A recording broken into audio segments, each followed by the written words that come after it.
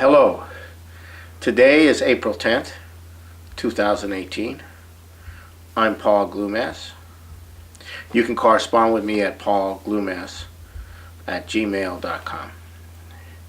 And I'm active in the political movement of LaRouche. And today is a very critical day because we are on the cusp of a global nuclear war. We have come to that point in the world history where we're either going to go one way or the other. And this chemical attack that occurred in Syria, by all indications, seems to have been a fake, that it didn't really happen. If it did, there are no reports of people, no legitimate reports of people being hurt. There's no evidence in the hospitals in the area. There's no evidence with the Red Crescent. There's no evidence that this thing actually took place. That it seems to be a studio production, possibly. Maybe it did take place, but it was not the Syrian government or the Russians or the Iranians or the Hezbollah that would have done this. They had no motivation to do so.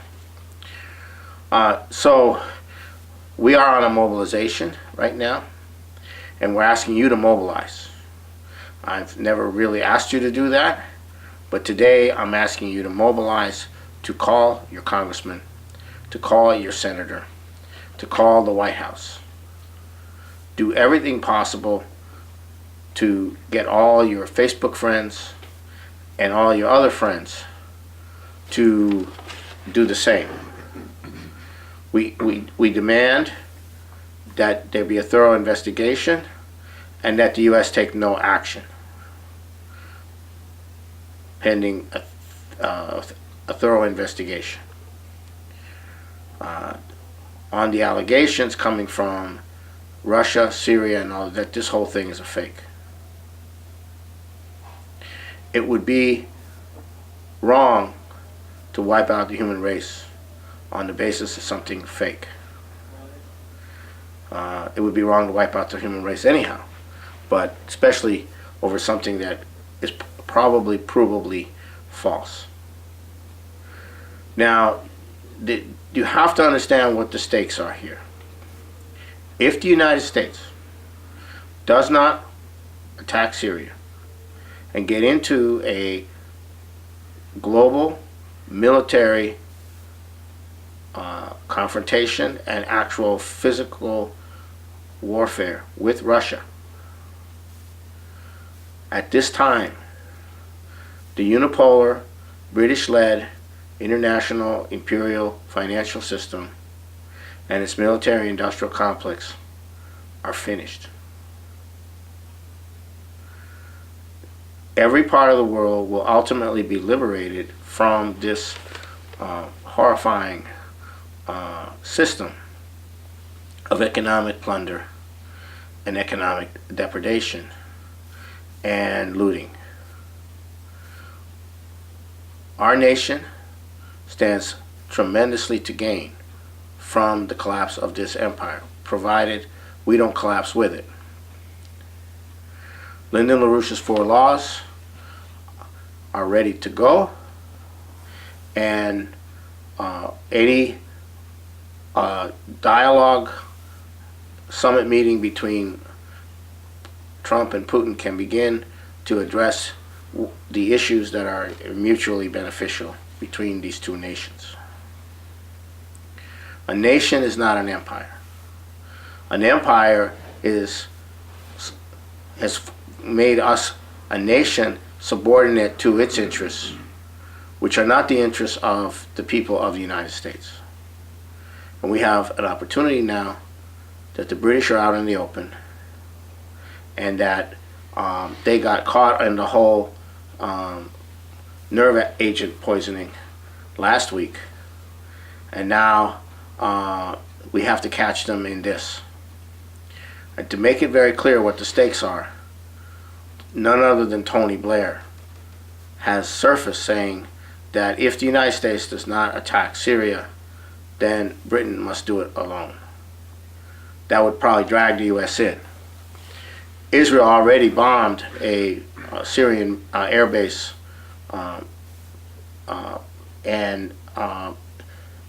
which threatened to drag the U.S. in. Okay, so this is where we are. Now it's not coincidental that in the middle of this crisis, both the National Security Council and the State Department are going through personnel changes, which makes them very highly vulnerable and disorganized. They are not going to be able to effectively function for the president at this time. Number two, this is occurring at the same time, right after the president announced we were withdrawing from Syria, and when the generals were saying we were not. And what you have right now in the White House is one government, and then you have another parallel government that has no relationship to the president and is functioning on its own, in direct contrast and direct opposition to the president. And it's being coordinated by the British on the and the Obama apparatus on the outside, and by people left over from the previous administration on the inside. And the best example of this is that Robert Mueller got the green light from Rosenstein, the deputy attorney general, to have the FBI conduct a raid and seizure of all the documents in the possession of Trump's personal lawyer, the one who is allegedly paying off the porno star Stormy Daniels. Okay.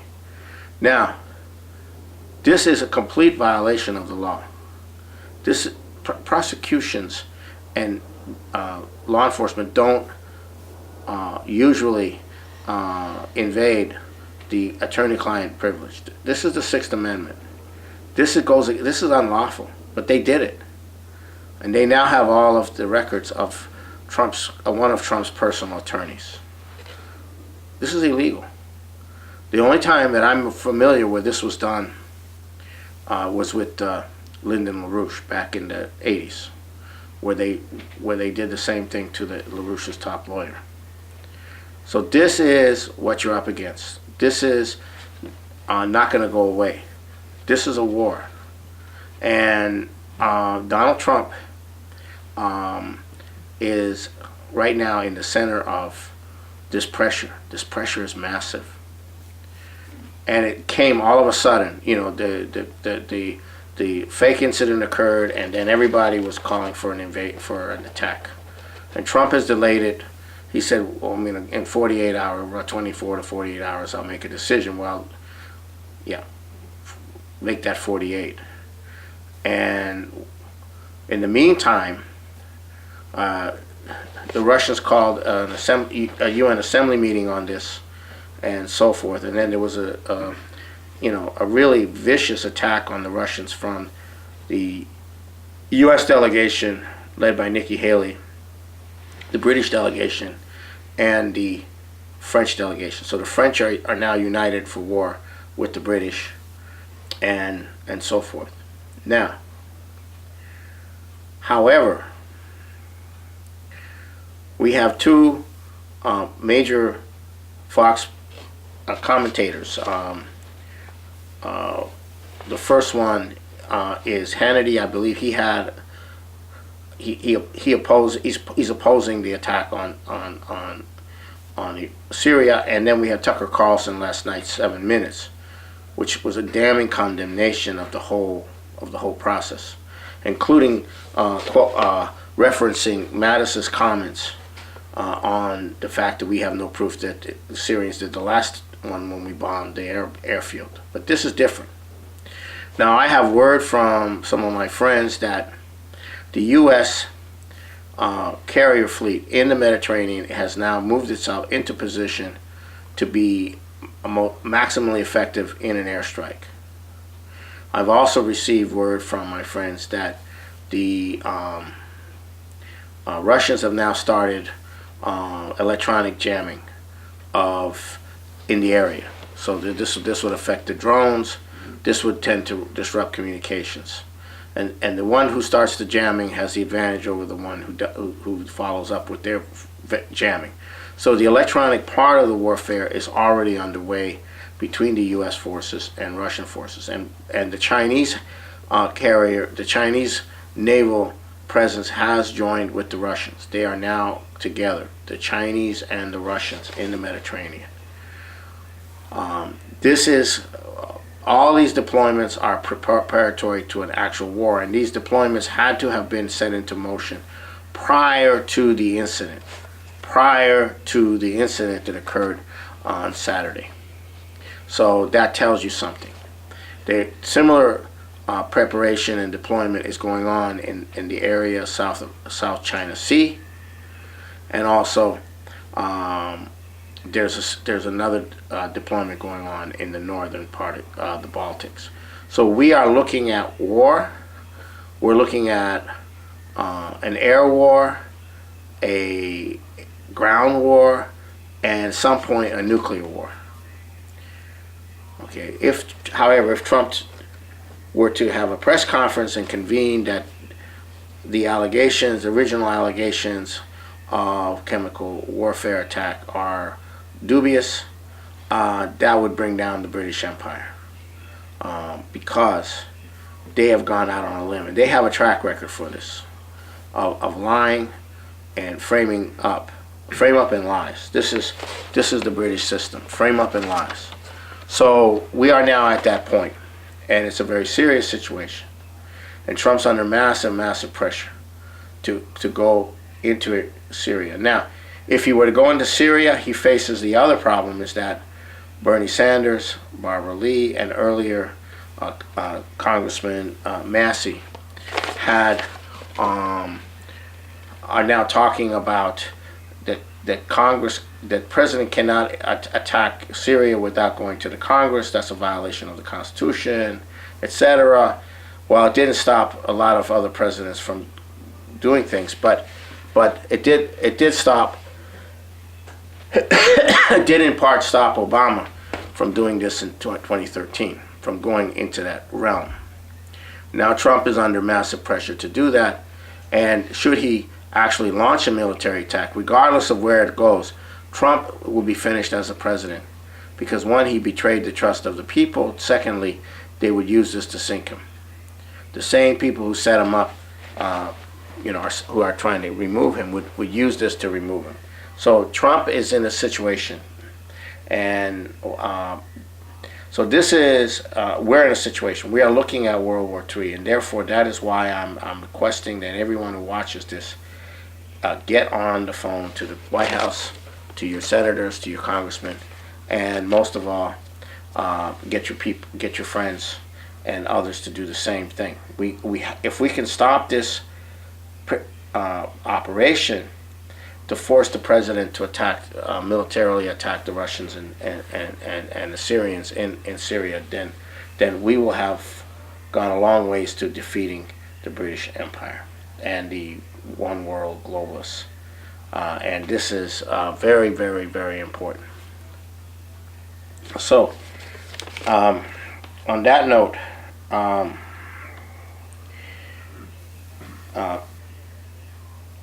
you have to understand that the Belt and Road is moving very fast. The Belt and Road is now becoming the center of discussion in Thailand. The Chinese and the Thais are now discussing how to begin the process of building a canal on the Isthmus of Kra, which is the isthmus that is part of Thailand, but then it becomes part of Malaysia. That isthmus is key to the transportation of ocean vessels from the Mediterranean, from the Persian Gulf into the into the Pacific, South China Sea. And right now the Malacca Straits are a real problem for the shipping. There's a constriction of the how much volume of shipping can work, and a large part, most of the world's shipping goes through the Malacca Straits, and by doing this, you completely shorten the distance between Southeast Asia and India, but you also create the basis for an expansion of trade. Similarly, the Chinese are moving forward with the various countries, Vietnam, Laos, Cambodia, Thailand, and Myanmar. And they're moving ahead to for the projects to build up the Mekong River Development Basin. These are hydroelectric projects, water projects, different kinds of projects that are going to have a profound impact. This is all part of the Belt and Road. Portugal and Spain are being set up as the major ports, are being set up to be the carriers of goods into Africa and Latin America as part of the Belt and Road, and vice versa. These are huge ports that are being set up. So this stuff is moving very fast towards a consolidation of a new system between nations.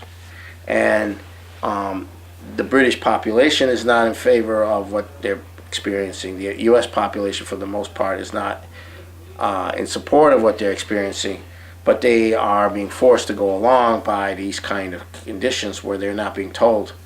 They're not even being told that there is a Belt and Road. The echo chamber of the media will not allow you to know what the issue really is, that the Belt and Road initiative is taking off and the whole world is going to undergo a dramatic change. So this is the backdrop to why a war is necessary from the standpoint of the British, a war which would lead to nuclear war. Now, part of the British establishment is clear, believes that at this moment the U.S. has a military edge, a military superiority, and could win a first strike nuclear war. And that opportunity to be able to do that is either already no longer there or is soon to no longer be there. And therefore, if you're going to have a war, now's the time to do it, not to wait till Russia and China are further along in their technology and in their defense capabilities. So it's in that context then that you have to look at the other aspect of the situation, which is that you can only maintain these financial bubbles you can't maintain them forever. The financial bubbles and the massive quantitative easing that's going into the financial bubbles and into stock buybacks are creating a massive distortion of the economy. Where real wealth is not being created, fictitious speculative wealth is being created. And this is causing a massive crisis. The Federal Reserve raised the interest rates a little bit, and that almost threatened to bring down the system. So we are looking at the inevitability of the collapse of the current system that we're in. The question is, can we make it to a new system? A new system that reflects upon what Hamilton, the contributions of Hamilton, the contributions of Lincoln, the contributions of Lyndon LaRouche, which are very significant. And this is really the issue. And this is the issue here in Washington State. It's the issue everywhere. And there is motion towards us in Washington State. There is a bill to support LaRouche's 4 laws and Glass-Steagall. They're separate bills in the state legislature with who we are talking to people who do understand. A few of the people in the state legislature here in Washington State who do understand the situation. But many more and more people are starting to will come out of the woodwork. So on this, but we are at this crucial turning point. World War III is staring us in the face for no good reason, other than to preserve a bankrupt financial and economic empire that's centered in London.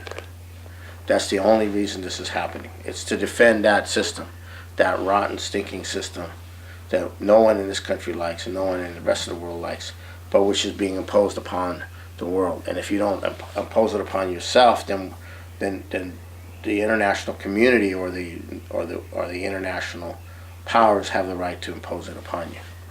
So this is where we are, and it's quite an incredible situation. Okay.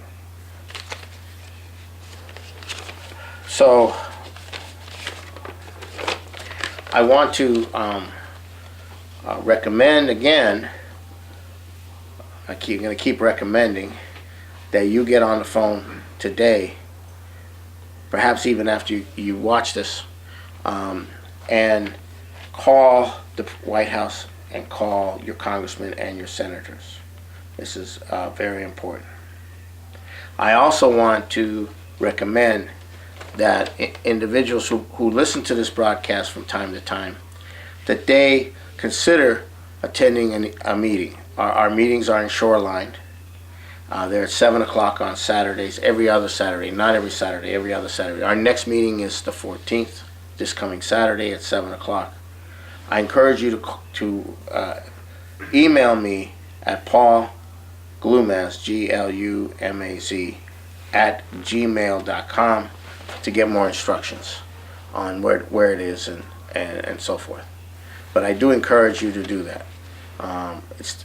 We have no reason not to participate in the political process. And the political process is not just electing officials, it's also the question of ideas, it's the question of dialogue, it's the question of discussion of policy.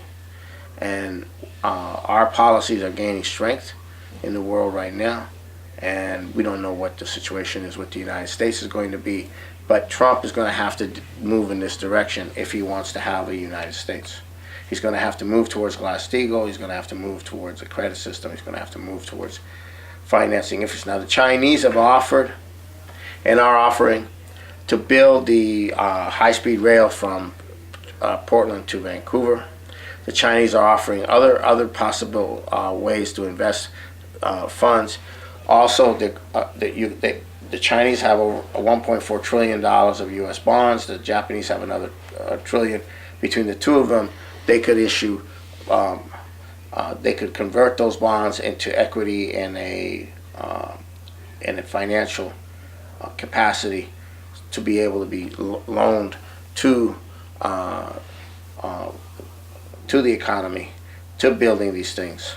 So Chinese debt, U.S. debt to China could be converted into credit internally in the United States, but not for the purposes of bailing out Wall Street, but for the purposes of building up the real economy. This is where we stand. If Trump is allowed to move in this direction, this is where we will stand. And so this is where we have to go.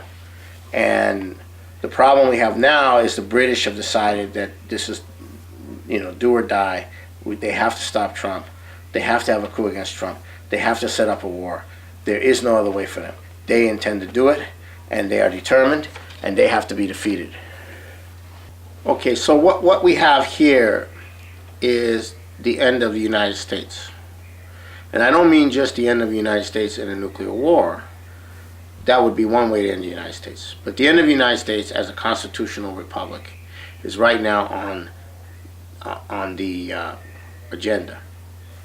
If the United States goes to war or launches a war, and does so in this context, the United States will effectively either be wiped out in a nuclear war, or if it doesn't reach a nuclear war, the United States will be ended internally. It will be under the equivalent of a dictatorship, because no president has the power anymore. The power resides in the military-industrial complex, in the intelligence communities, and in the policy think tanks. No president has the power. The will of the American people can never be expressed. The interests of the American people can never in the future be expressed. This is for all the marbles. This is for everything. This moment in history. Either the British system, which is oppressing our nation, goes down, or we go down. We cease to be a nation. That's how serious it is. And again, I want to emphasize the need to mobilize, to call your congressmen and your senators and the White House, and demand that there be an investigation into the allegations that the entire thing is a fake. The entire chemical weapons thing in Syria is a fake. So now we come to the point where a system that is based on lies, a system that believes that if they can control the access to information, that they can lie and they can make it work. And that is what we're dealing with. We're dealing with that kind of system where they could, in some studio somewhere, they can invent some incident, as in that peculiar movie from 15 years ago, or maybe 20 years ago, called Wag the Dog.